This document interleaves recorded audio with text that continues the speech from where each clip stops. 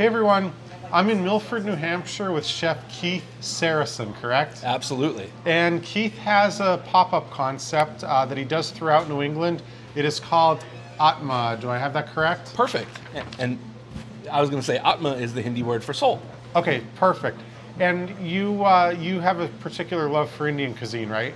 Yeah, I have studied food from the Indian subcontinent for over 16 years, which is crazy. Okay, so we're doing a 6-course tasting menu here, and you also have them in Hindi, I believe, right? That's the Hindi script right there.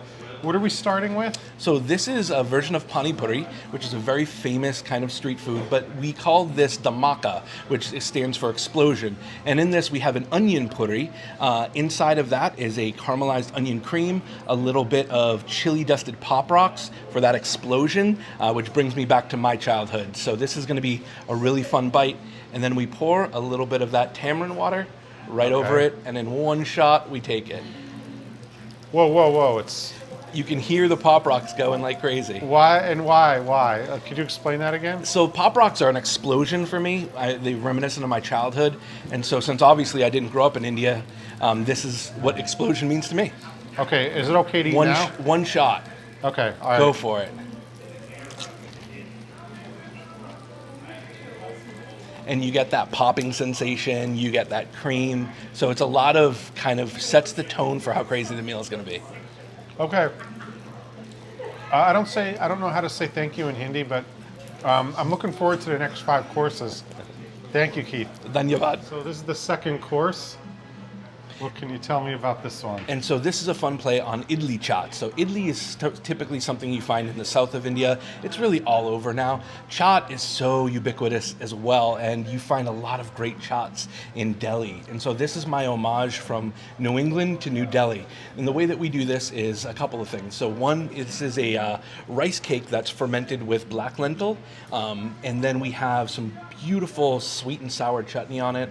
We have some yogurt that's slightly sweetened from Brookford Farm right here in New Hampshire, some fried curry leaves, and the plate was actually handmade by a local potter. And so it really represents New England for me and my love for New England and India.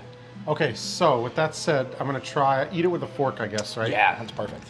Now it's got a harder texture. Yeah. This is basil, right? No, so that's curry leaf. Oh, okay. Yeah, curry leaf that's fried. And so this has a sweet, sour, spicy kind of note to it that's always really fun to play with. It's not like tofu. Right. But it looks like a potato or tofu, but it doesn't taste like it. Yeah. So this is chaat?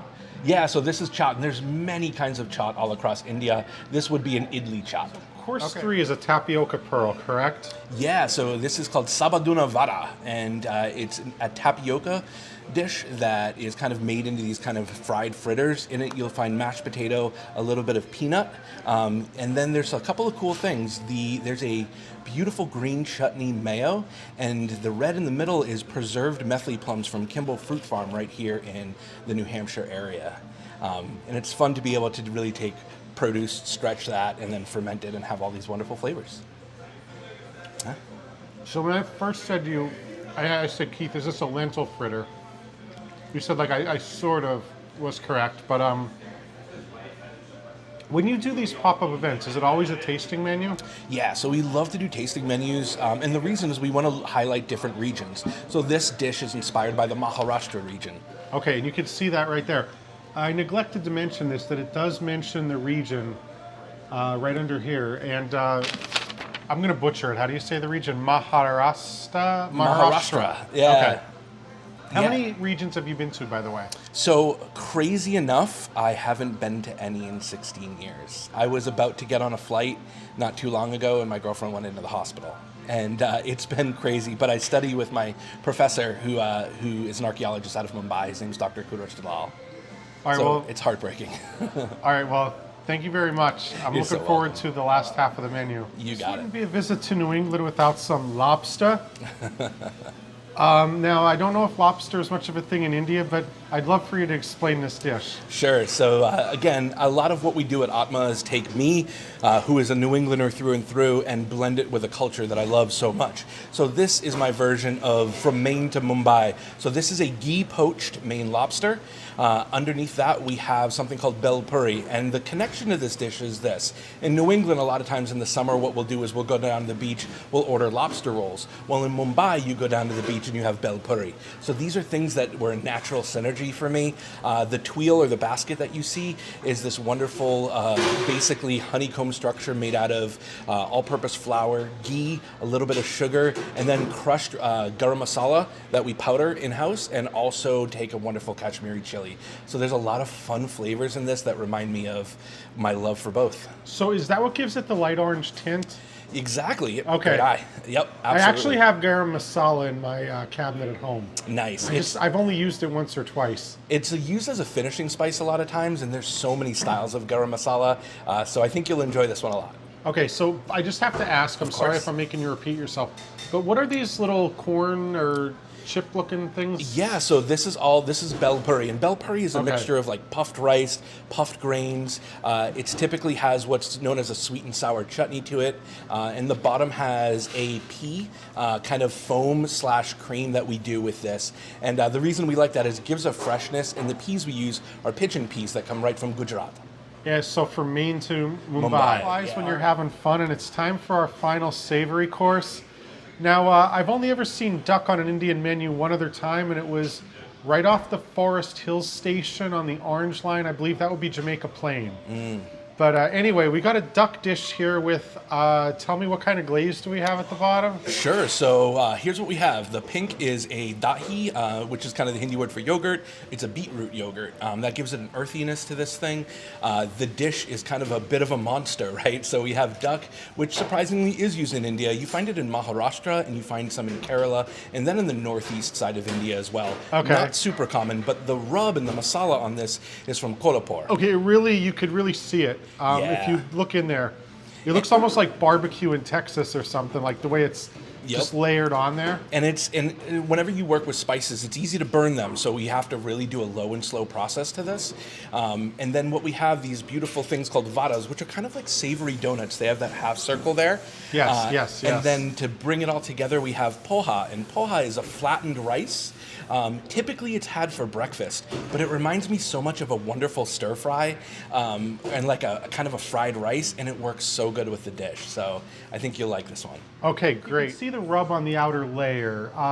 Can you explain, like, ducks are fattier animals, I believe. Can you explain how you prepare something like this? Sure, absolutely. So the first thing that we want to do is we score the skin, and then we take it in a pan, and a really cold pan, and we bring up the heat very slightly. We want to render that fat out before we crisp it, because if you didn't, you would have this duck that's just too fatty. You need to find a balance between the meat and that crispy skin, which is really good when it's done right. This is so tender, and if you look, it's like pink, like I like it. I've had duck too rare where I really didn't enjoy it. Yeah. But I like the that there's a lot of seasoning on the top. Now, what are we eating here? So this is vada, and so vada is kind of almost like a savory donut. This is made with black lentils. It's actually naturally gluten-free the way that it's done. And what this does in the dish is it helps bring a kind of a different textural element. The spices that you get right off the bat, you might not notice, but it's called hing or asafoetida powder. Now, sorry if I sound too much like a tourist. I've never lived in New England, but did you ever consider doing like a cider donut version of this?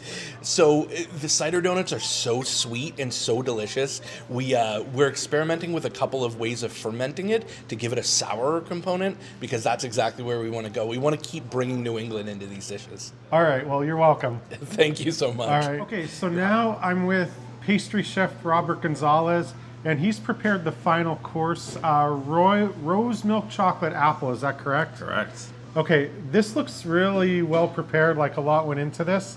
Could you describe this one, please? Yeah, we're looking for the marriage between New England and India, and the apple is so prevalent here in New England. So it's going to be a rose milk chocolate mousse. It's got a little hard shell on the outside, crack into it. There's a mango and cardamom filling, caramelized white chocolate, dulce on the outside, a little bit of matcha and cardamom soil on the bottom for texture, rose syrup, and a mango gelée on the outside. Okay, I can't wait to try this. Should I mix it all together? Absolutely. Okay, so I hate to destroy this. Crack right into it. Crack right into it. Yep. By the way, this is edible. The little leaf is Yep. edible, right? Yep. White chocolate. Okay, so then on the inside, This is what it actually looks like. But I'm gonna take from here. This is like a dulce de leche, right? Yeah, yeah. Okay, pistachio crust. Yep. Caramelized white chocolate. It's just like dulce de leche, the same caramelized milk solids that go into it.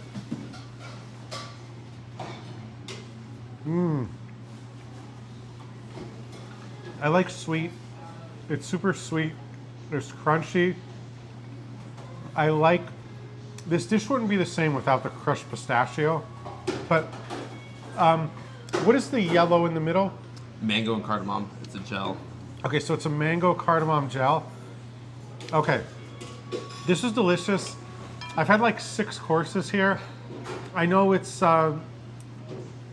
not, some say not necessarily like an authentic Indian dish, but I'm interested in flavor more than enjoyment and flavor more than authenticity. I have to give it to the duck, but I also put this up against any dish as well.